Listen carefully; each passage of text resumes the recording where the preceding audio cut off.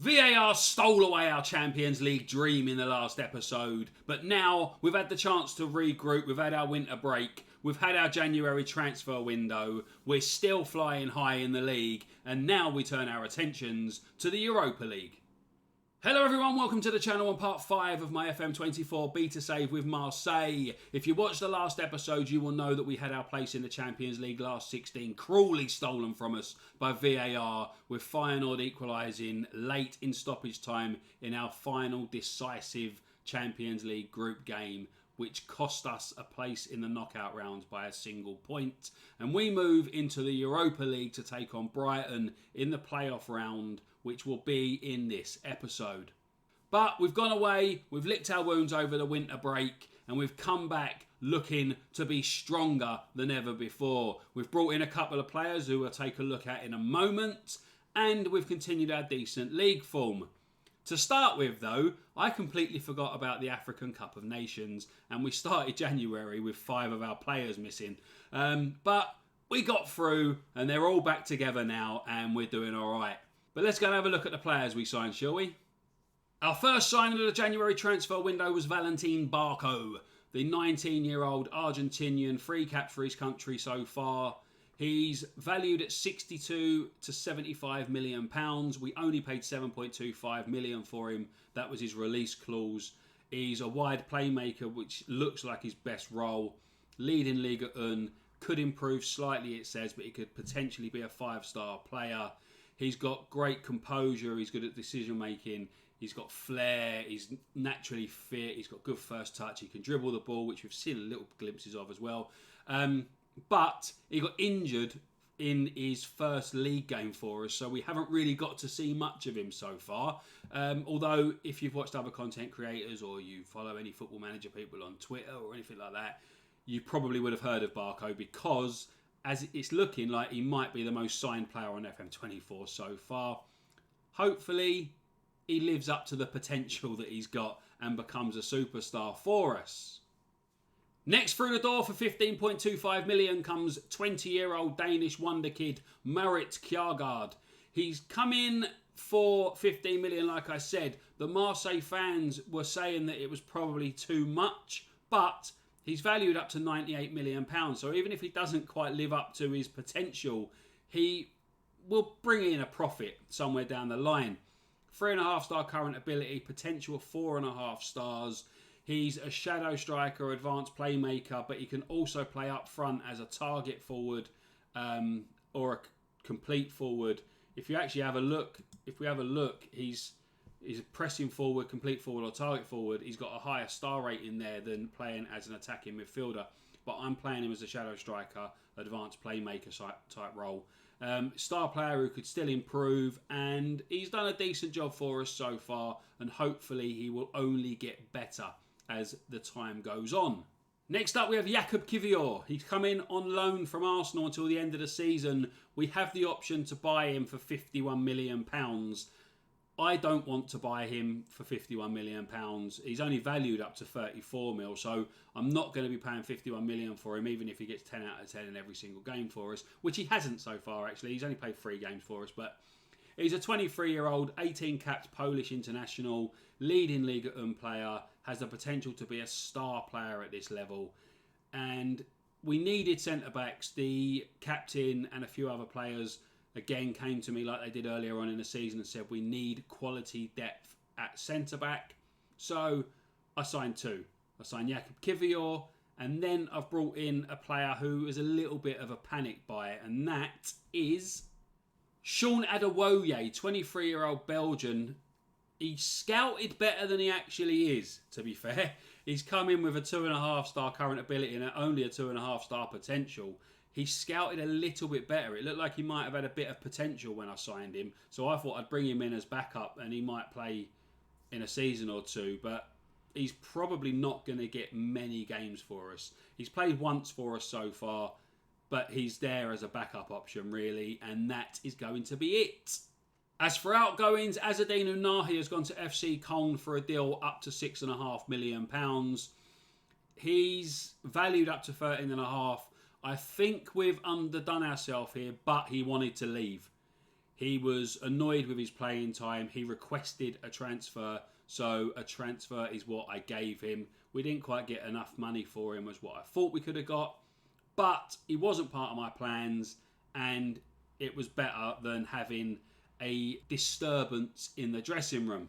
And another disturbance in the dressing room was Papaguay. He's gone to Bruges for 900,000. Again, we've probably underdone ourselves with the money that we've got for him because he's valued up to 7.4 million. But his contract was up in the summer. He didn't want to sign a new one, and there was no point in holding on to him. He agreed a deal with Bruges to join them in the summer. We requested 900,000 to go now, and he went. So that is the transfer dealings done. Now, let's see what happened on the pitch, shall we? Our first game after the winter break was against St Etienne in the 9th round of the French Cup. I thought we would walk it. I thought it was going to be a walk in the park, a nice, easy game through to the next round. We went into the game as second place in the league, in the top flight. St Etienne in the second division. It should have been an easy game. We rotated a little bit, not too much, rotated a little bit. We had the players that were gone to the AFCON as well that were missing, and we ended up losing because this happened. Balerdi missing a penalty in a decisive penalty shootout after a 2-2 draw, and it was game over for our French Cup hopes. It disappointed the board, it disappointed the fans, and it disappointed myself because I thought we could have done a whole lot better and it should have been a nice, easy game. But we did bounce back well in our next league game. We played Strasbourg at home and we kind of took out our frustrations on them after that defeat against St Etienne. A scrappy goal to open things up with Vitinha getting his foot to the ball after Barco's cross. Lamar hit the post. Then Kondogbia found Renan Lodi from a corner to make it 2-0.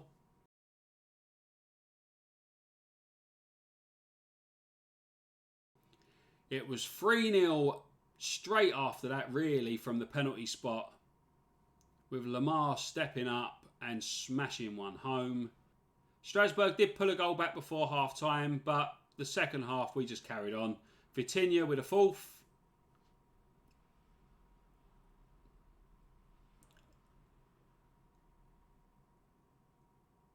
Kondogbia with a fifth.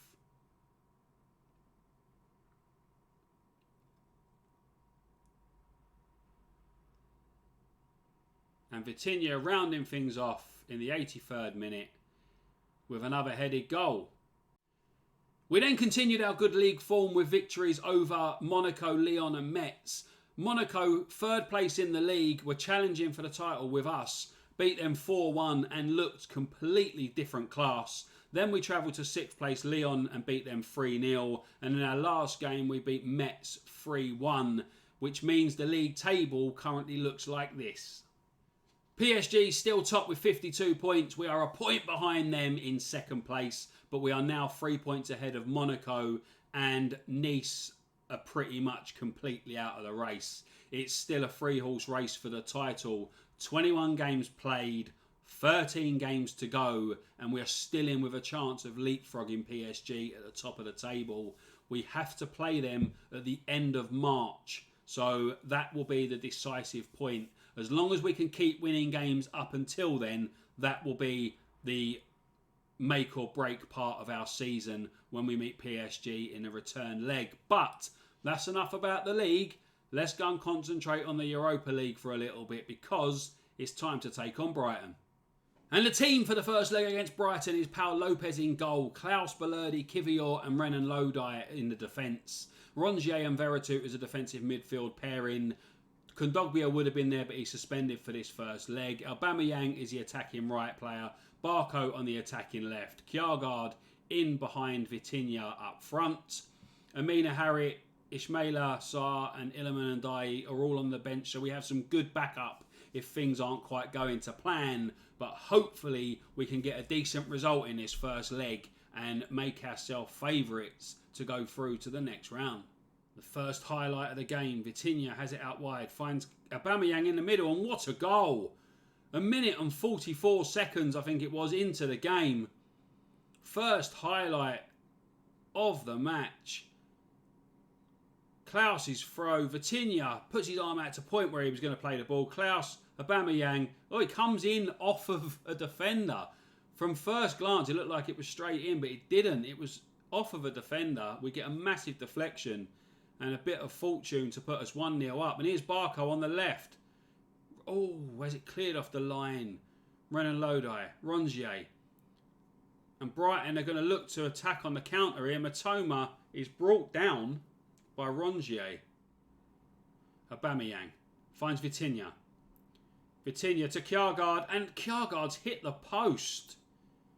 Barco's corner. It's headed out. Aubameyang. Kivior, and Jakub Kivior with his first goal for the club. And it's Marseille 2, Brighton 0.